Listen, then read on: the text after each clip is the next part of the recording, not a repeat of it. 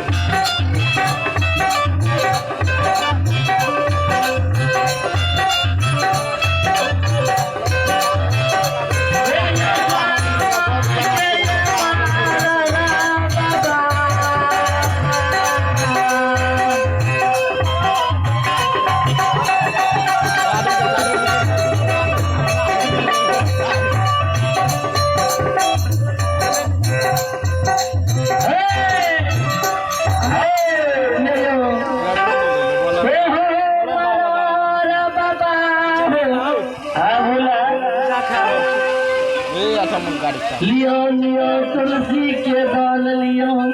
ठीक है तुलसी के दाल लाके तुम्हें राजा आप जाके खेला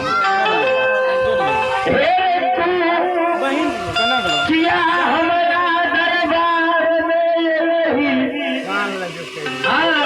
मुझे किया राजा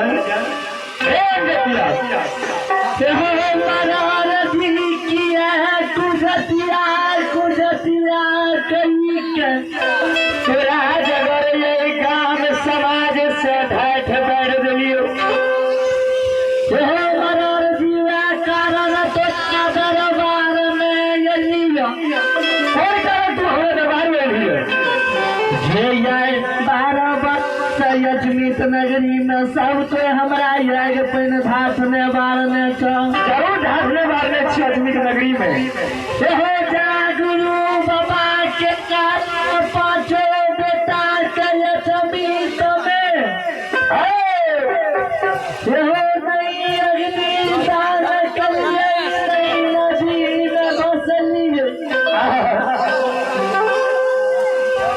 नहीं बेटा के मिट्टी में दफन लिए जरूर के दफन लिए हे गुरु बाबा बचन जाके वह गुरु बाबा ये बन कंदली से लौट के जन्म भूल के गिरी भवर के पाँचो मरल बेटा के अजमीत दरबार में धर्म के सभा लागत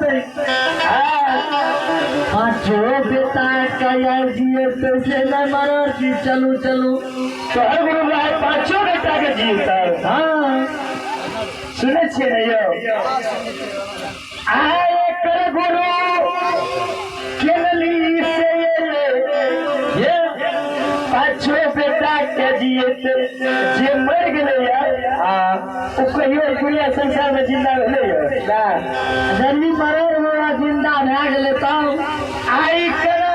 हमारे गुरु बाबा मरल बेटा के अजमीत में जिए से न चलो आए दरबार में जब आज जगह मरल बेटा के नहीं जिए आए राजा के गुरु अजमीत नगरी में जे जन्म कोई न है यहाँ मरल बाबा जब पाँच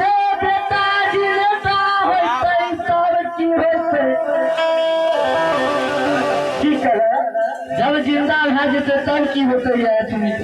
अचीवित में खुशी से विभोर भा जेते और कुछ ना है वाला था ऐसे रहता अब ये मरा